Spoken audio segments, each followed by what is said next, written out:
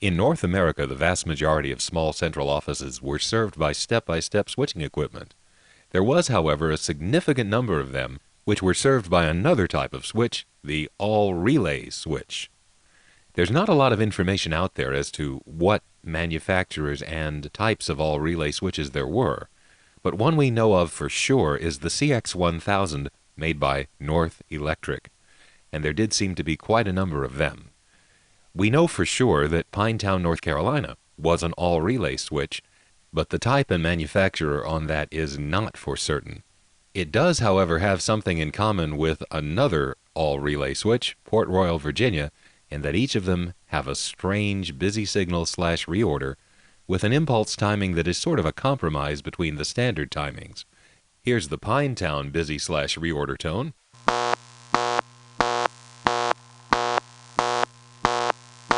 Here's the corresponding tone from Port Royal, Virginia.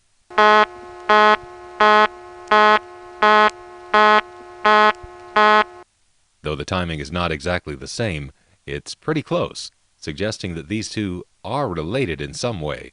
Now, Benson, Vermont is a confirmed CX-1000 made by North Electric. There's no doubt about that. That's where we first heard of it. And Benson, Vermont makes a certain noise when you connect to the final switching stage. That noise is...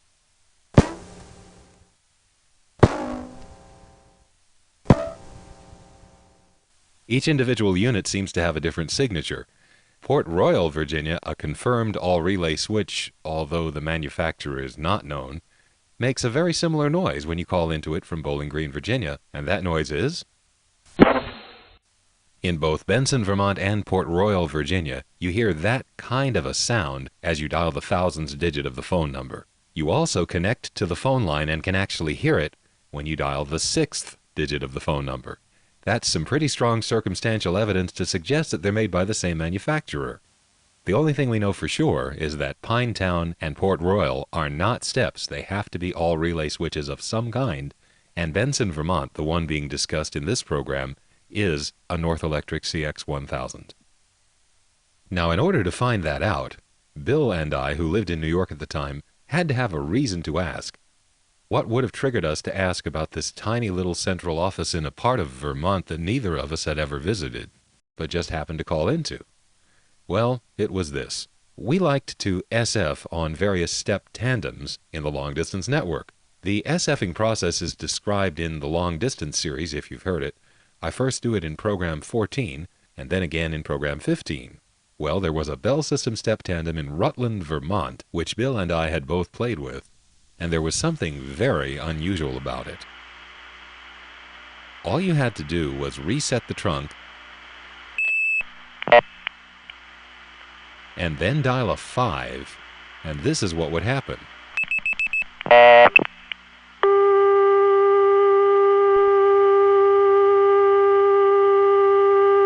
Now this is very unusual. I've SF'd, that is, remotely controlling a telephone switch using a 2600 Hz tone from my home on a number of different tandems, and never has there been a dial tone that suddenly came on when you dialed a digit or two.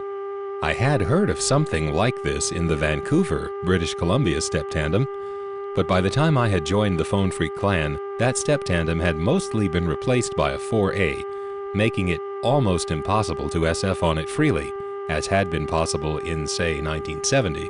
So this, for me, was something quite unique.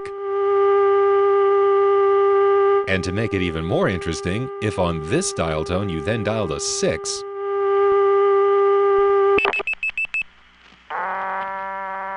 you'd get another one. Now, when I originally used to play with this back in like 1972, there were even more dial tones which could be accessed by dialing more digits. On this dial tone, you could dial something else, I think a 4, and that would go to another dial tone.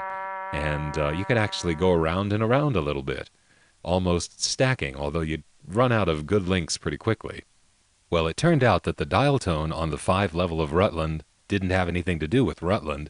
It was coming from some little independent office to the west of Rutland in a place called Benson. And then the other dial tone was coming from some other office out from Benson, and so on. By the time I did record SFing on the Rutland tandem in 1974, Not all the dial tones were still there. In fact, those two are the only ones that remained. But fortunately, in 1976, I ran into something that was even better. Not a tandem, but a tie-line network. While it's unusual to find dial tones on a tandem, if you're SFing a tie-line network, that's a whole other story. Here's a little sample of the 1976 recording, where I did get to have a great time exploring a tie-line network.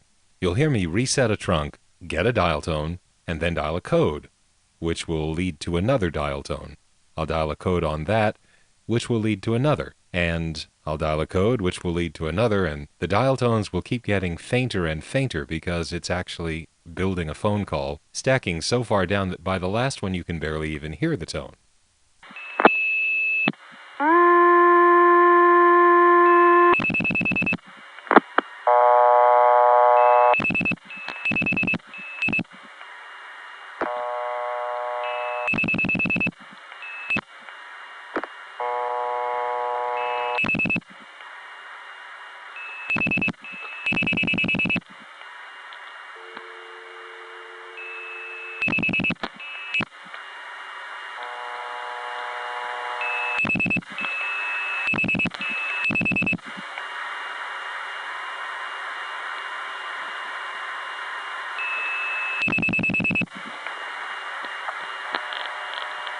Those last two dial tones were barely audible. As I said, that was not a tandem but a tie-line network, but it does give you an idea of what it was originally like to SF through Benson, Vermont. So obviously it generated a lot of interest. I never did find out what those dial tones were. It may have been a little private tie-line network that the phone company set up for testing purposes. It's quite possible that the incoming trunks from the Rutland step tandem had a dual function. Rutland would always dial the second two digits of the office code, 37, but only a test man would ever dial anything else. So they could have set it up so that the same equipment that handled the incoming calls from the Rutland tandem also worked as a test access. In any event, when I got to Benson, Vermont in the summer of 1978, the dial tones that had gotten me interested in the place were nowhere to be found except for the initial dial tone of picking up a phone, which as it turns out was blastingly loud. Here's an intra-office call.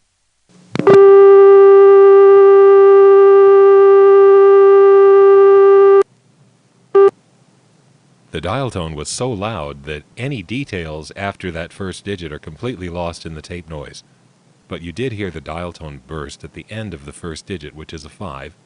There's probably a subtle tick there, but it won't record on this tape because the dial tone is so loud. As I dial the next two digits of the office code, each one will make sort of a step-absorbing noise. But the digit logic in this office was remarkably complex.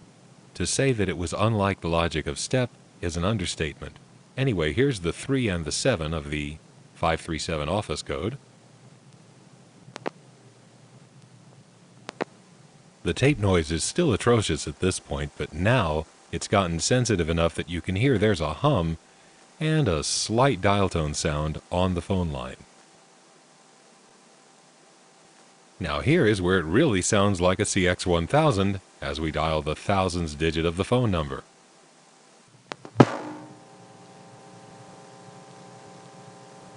Now just as when we called into Port Royal, Virginia, the hum has gotten louder now that we're on that final connecting stage. When we dial the next two digits, this part of the switch will not only select the line, it will busy test it and connect us to it.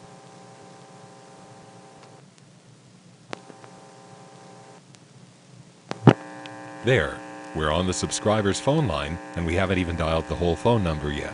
In just a second, you're going to hear a motor start up. This has nothing to do with the switch. This is somebody in Benson, Vermont using power equipment, and it's coming through on the line somewhere. It'll be on a lot of these phone calls. But it wasn't uncommon to hear sounds like this on my home phone line in Long Island when it would be hung up. I'd hear vacuum cleaner motors very typically, or blenders. But anyway, here's the last digit, and it just so happens that a motor starts up right before I dial it.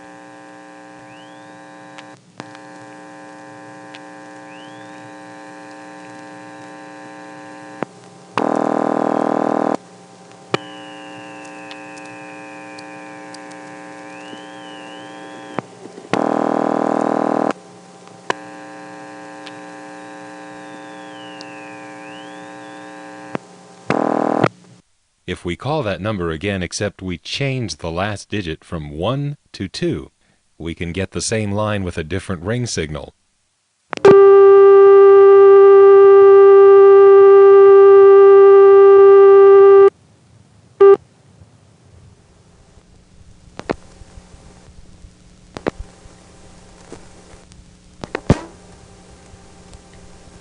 I love that sound on the thousands digit. Now 2 more and we'll be on the line.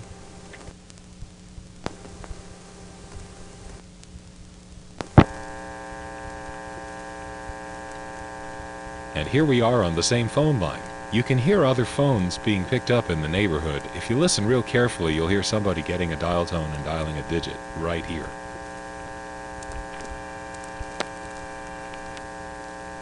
There it was.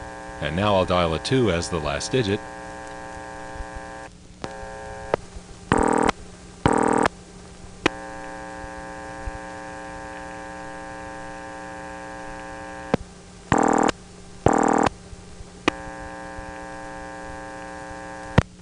I guess the sound of that subscriber picking up was a little hard to hear. Here it is enhanced a bit.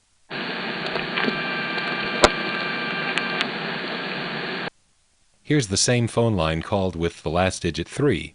On this call and the remaining calls to this office, I'm mostly going to be dialing things other than 537, which end up going to the same place. What I was doing was demonstrating the digit logic of this CX-1000 all relay system. Unfortunately, my notes for exactly what I dialed got lost, and this automatic electric payphone so mutes the dial pulses that I can't tell from the tape what it is that I'm dialing. So I did write down everything, including the digit logic of the office. But sadly, I can't tell from the tape exactly what I'm dialing. You can tell that I'm dialing the thousands digit of the phone number, of course, whenever you hear that distinctive CX-1000 connecting noise.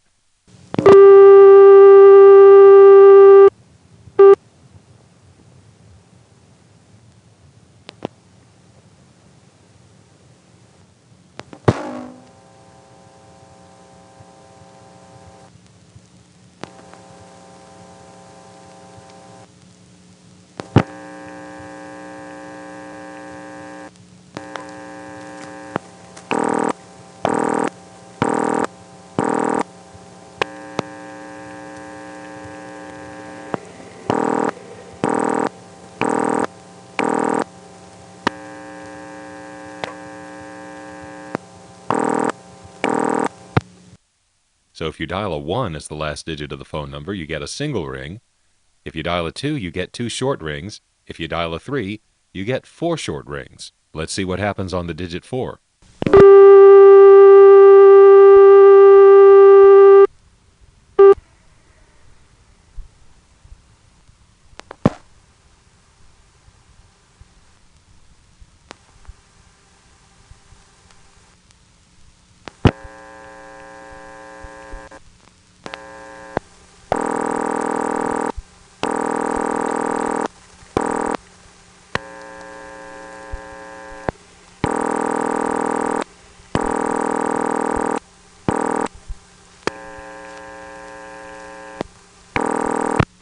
So that's long, long, short. This is reminiscent of ancient party lines where you actually had to ring your neighbors with the magneto using patterns like that. So now let's try dialing the last digit 5.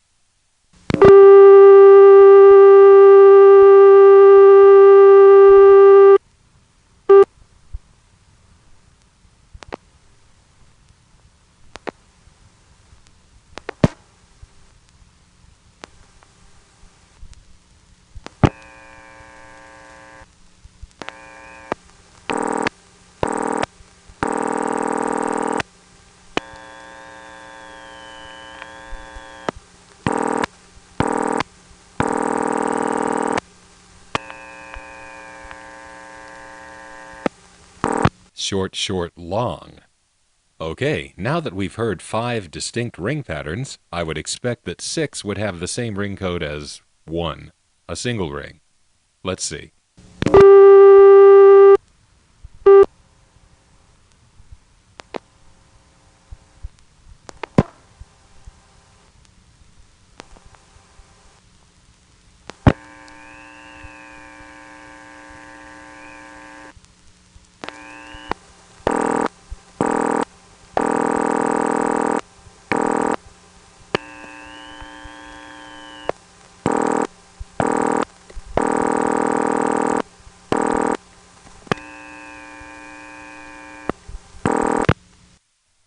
That is coded ring pattern number 6 for Benson, Vermont.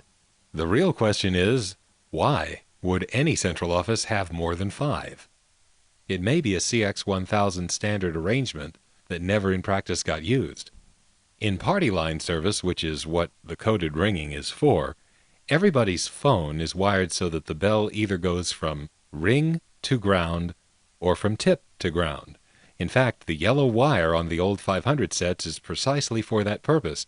If it's a party line, the yellow wire, instead of being paired with the green wire, has its own separate ground connection. And then inside the phone, the bell is wired from ring to ground or tip to ground. With everybody's phone wired that way, you only need half as many coded rings as the maximum number of people you're going to put on a party line. So 5 different ring codes is enough to accommodate a 10-party line.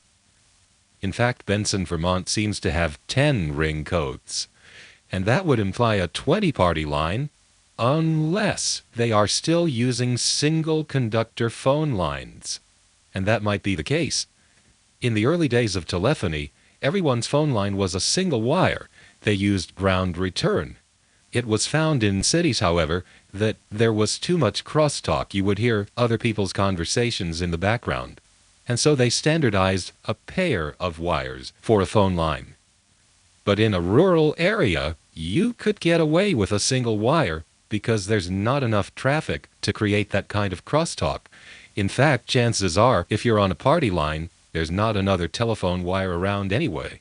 So that may explain why they needed 10 ring codes, not for a 20-party line, but for a 10-party line, all on a single wire. In rural areas, you could get away with it as far as crosstalk goes. I don't know how it would be as far as the background power hum that gets into long phone lines. Now let's dial the last digit 7 on that same Benson line.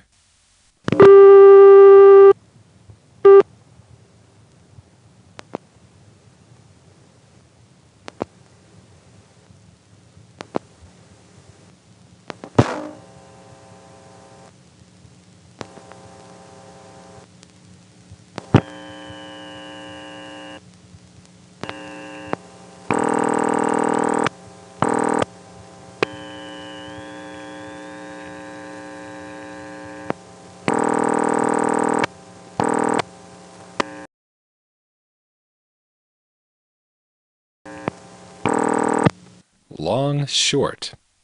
The CX-1000 puts you on the phone line before you've dialed the whole phone number, and also in between rings. There are many switches that let you hear the phone line while it's ringing, but that's always through attenuation. Here, the attenuation comes on just before the ring signal starts, and then goes off again. Let's try dialing the last digit 8.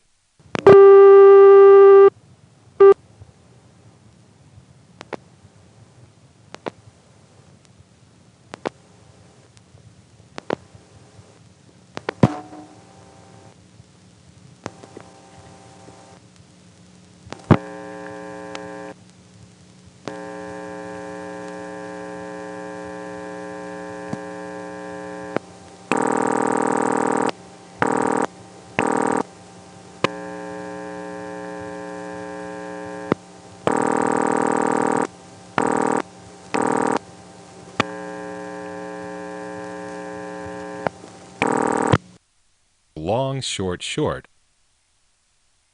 The logic of the CX-1000 was very unlike step.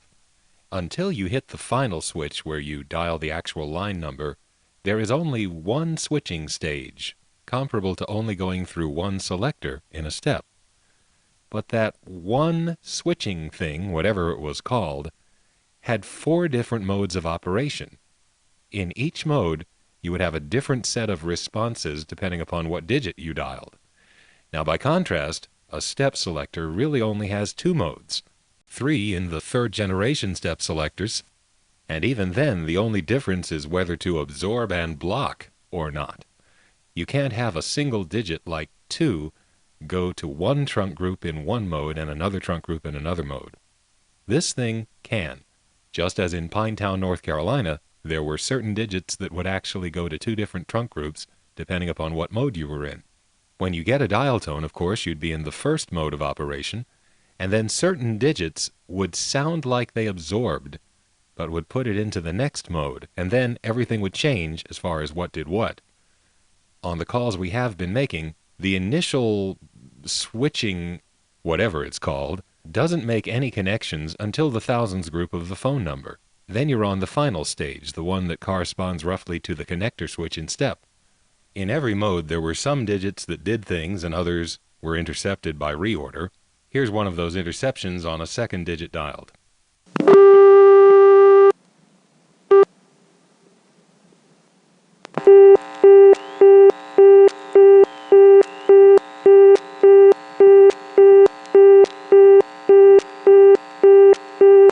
This switch actually has a distinct reorder in busy, unlike the other all-relay switches I've been to. Here's dialing my own number.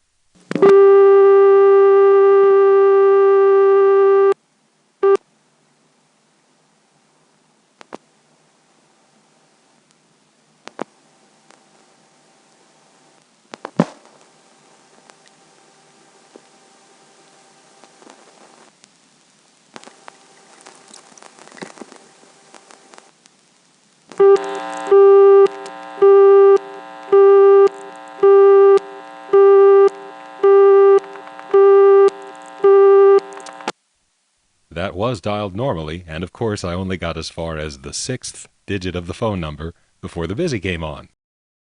Believe it or not, there actually are other places that have the coded ringing patterns that this place has. One of them is local from here, and let's dial the last digit 9 in that office.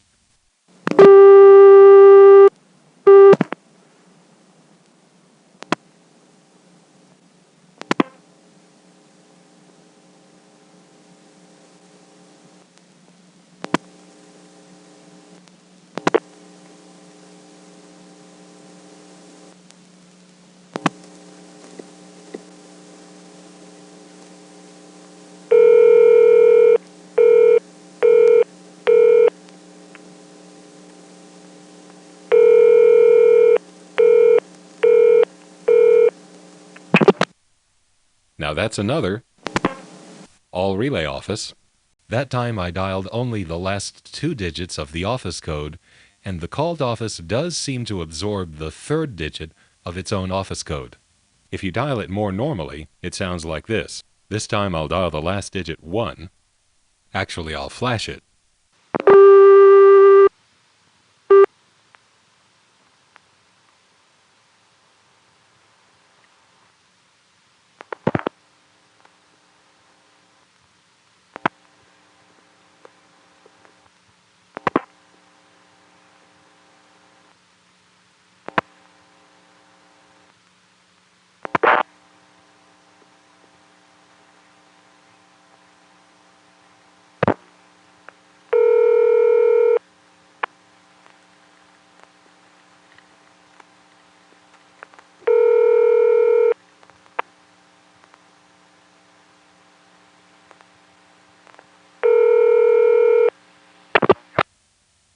The force was not with me when it came to recording all relay switching.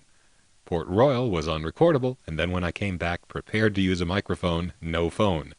Pike Road, North Carolina had no payphones. Sydney Crossroads couldn't even be found, and then when I finally did, no payphone. Pinetown was all right, though. This time, my tape recorder literally messed up the recording for the first few minutes of the tape. And the other thing was I had a somewhat impatient girlfriend waiting in the car. If I had it to do again, I would definitely have made a special trip to this area of Vermont. This next call is, I believe, to that same office. This time I'm dialing a bad digit into the trunk, and you'll notice the reorder once again demonstrates an all-relay system having weird timing on its tones.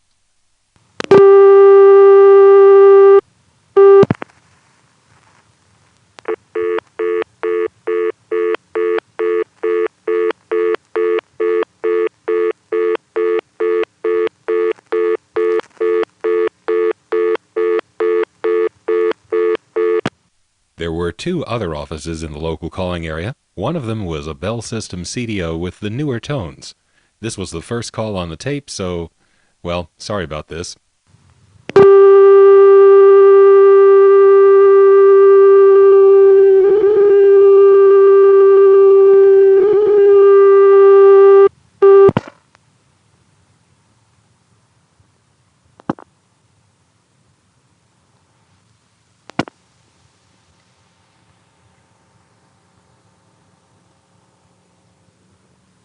The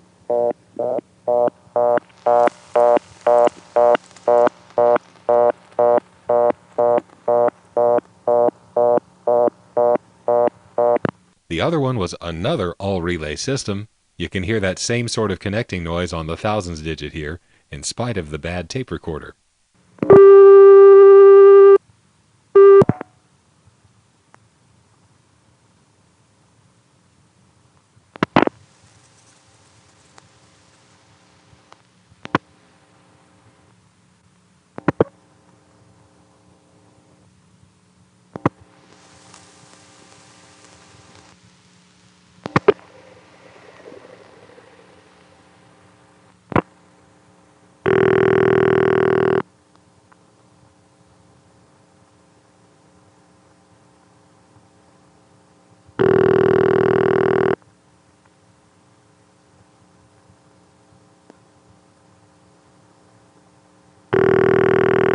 I wish this presentation had a finale.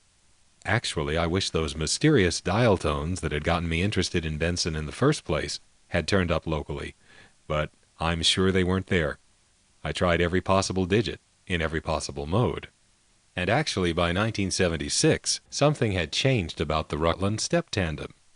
See, it used to be that if you dialed 5 on the Rutland step tandem, you'd get a Benson dial tone. But Rutland changed its switching train.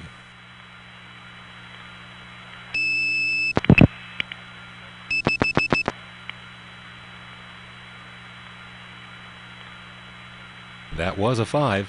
Where's my dial tone? I'll now dial 37.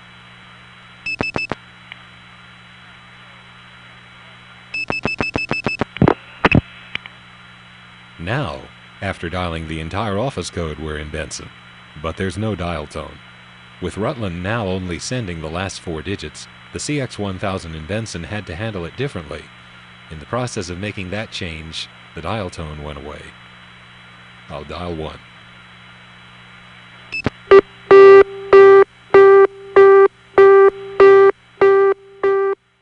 Before we go, let's dial the last digit 9 on that same phone line that we've been calling over and over within Benson.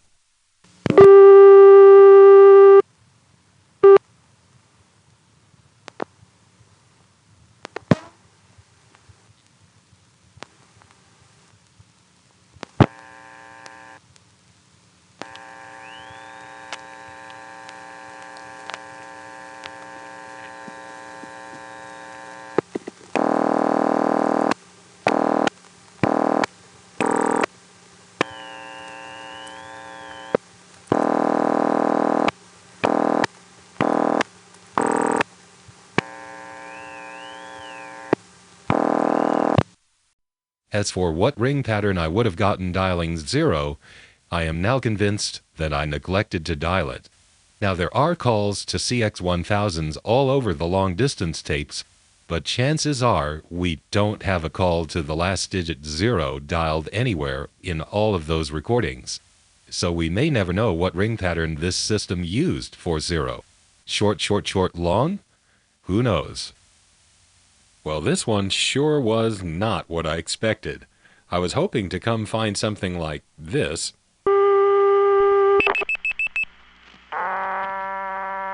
And instead I found a system that had a really interesting digit logic, which sadly I don't have the map of. But I did enjoy this stuff.